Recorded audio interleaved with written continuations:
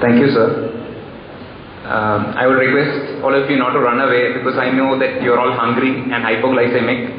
And also, after coming to speak, after people like Professor Anwar Rahim, sir, Anwar Ahmed, sir, have spoken, is like coming to bat after Sachin Tendulkar has just scored a century. So, please excuse me.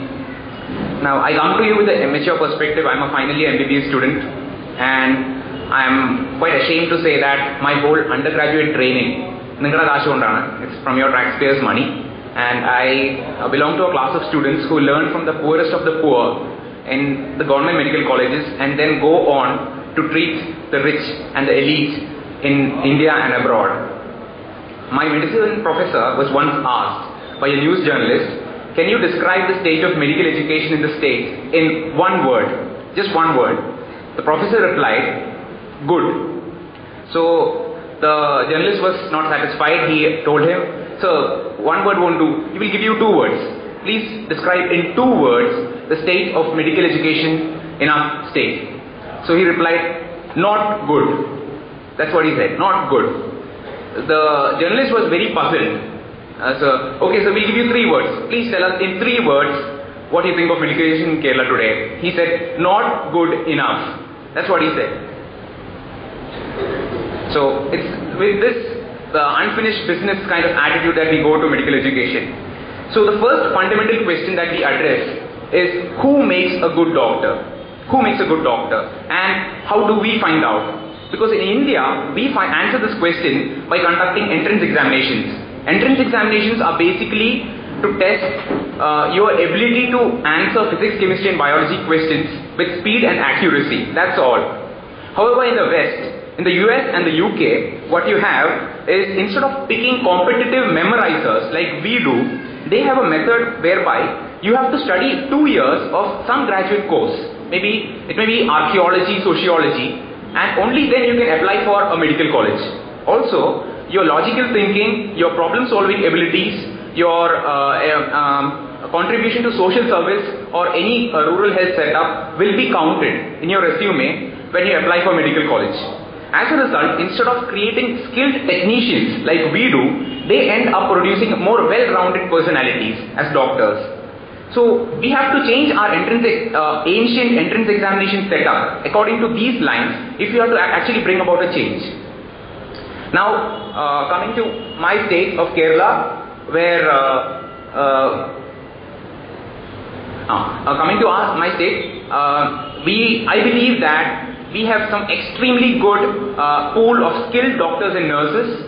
We have some very good medical colleges with excellent traditions, and we have a robust public health system. And I think that we may have been left behind by Bangalore and Hyderabad in the IT revolution. But I'm sure that in the revolution for medicine and life sciences, we can be the leaders in this country. So, if we can just fine-tune and reform our health education sector, I have no doubt that our time has come. Now, no one can escape any discussion about medical education in our state without discussing self-financing colleges. In 2001, the government of Kerala announced a policy whereby you will give a no objection certificate to any medical college or any agency that approaches for a medical college.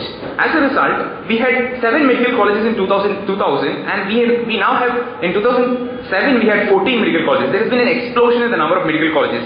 As a result, there have been a lot of factors. One thing, meritorious and deserving students are unable to actually gain equitable access to medical education. Secondly, there is a deficiency of teachers. There are so many seats created, but there are not enough teachers. Private medical colleges depend upon the retired teachers from the government medical colleges to teach their students. Now, the quality of evaluation. Private medical colleges will do everything and anything possible to undermine the university examination system. As a result, across the board, the university exam system becomes undermined. Lastly, if you compare Kerala and Karnataka, in the All India PG entrance examination, you will find that out of the top 1,000 students, more students are from Kerala than from Karnataka, which has a comparatively much larger number of students coming out from self-financing colleges. So we must be doing something right.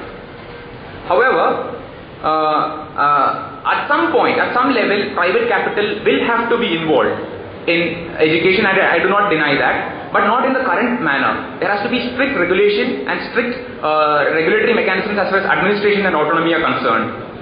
Finally, let me state that mistakes have been made in this sector, and there has been a serious decline in the quality of our medical professionals, which must be rectified at all costs to preserve the Kerala model of health and education. Moving on, I now address a major problem in the fulcrum of our education, that is the universities and their affiliations. The universities in Kerala, even though we are a highly literate state and universities are supposed to encompass all forms of knowledge, each year when India Today, Outlook, etc. publish the list of India's top 20 or top 10 medical colleges, we don't have a single college single university from Kerala which qualifies in this list. Why? Because its obvious reason is that the only intervention that a university does as far as a medical college is concerned is to conduct exams. Just the university exams, nothing. No faculty development, no R&D, no policy making, just exams. Now, is this enough? Because there is not a single department in the university which is associated, even remotely associated with medical college needs or hospital needs, which obviously take a back seat. Now, if we aim to build centers of excellence, we must nurture universities which are optimized and specifically designed for medical professional needs. And we must take steps to ensure there is continuous examination and continuous evaluation of the students on a regular basis, at a punctual basis, by these universities. Now, from the university level, we go higher up. Last year, we had a lot of corruption scams, and one was the curious case of this man, Dr. Danjay, who was the Medical Council of India president. He and his associates amassed hundreds of crores of rupees in bribes, and it came as a shock to a lot of people. But I am sure that none of the doctors were surprised, because we all knew that the regulatory body responsible for controlling medical education in India, the MCI, was one of India's most corrupt institutions. Everyone was just afraid of saying that the emperor had no clothes.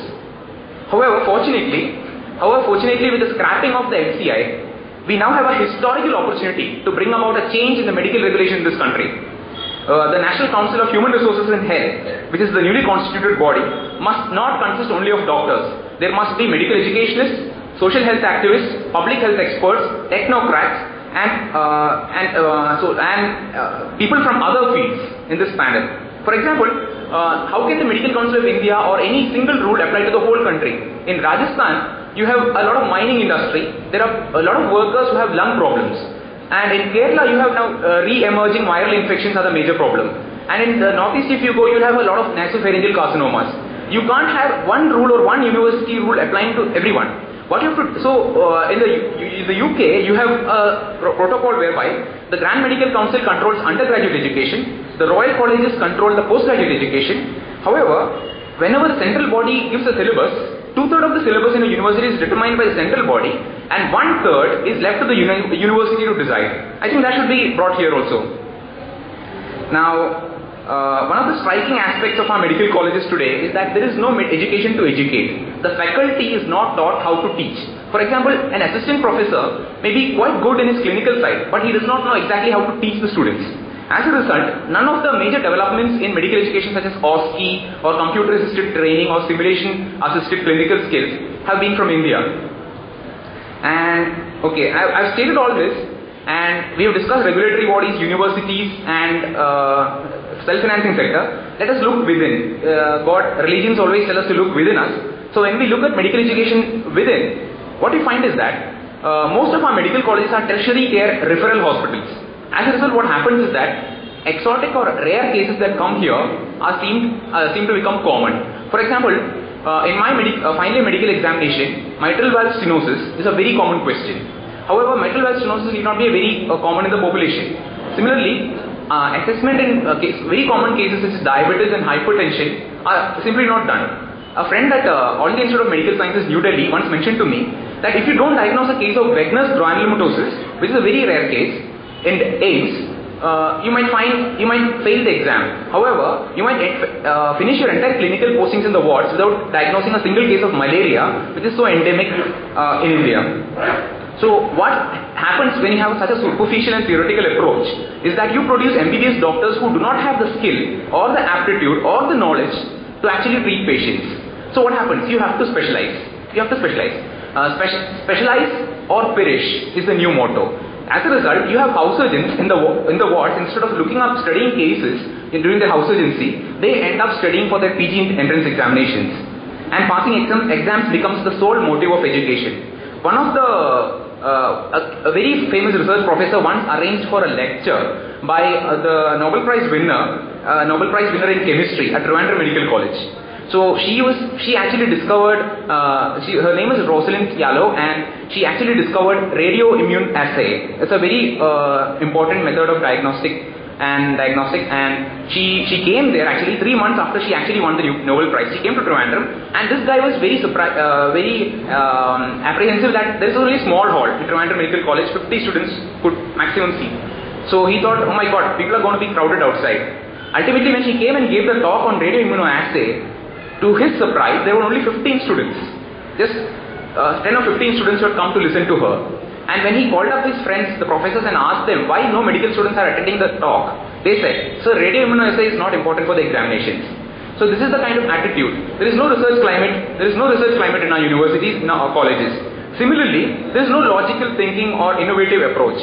Dr. M.S. Vilietan, who is a famous research professor, once was given an option to give 2 talks. One at a college in Bombay, that is he was talking about, it is a +2 college, girls study there.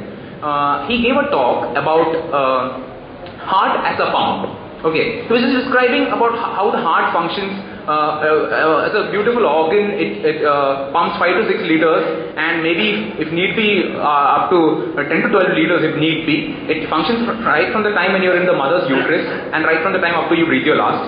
So he was just gave a 45-minute talk. He was talking to +2 students. After the talk, he found that there were such a lot of questions. The girls were asking such a lot of questions, and ultimately the principal has to stop the session because there was no time.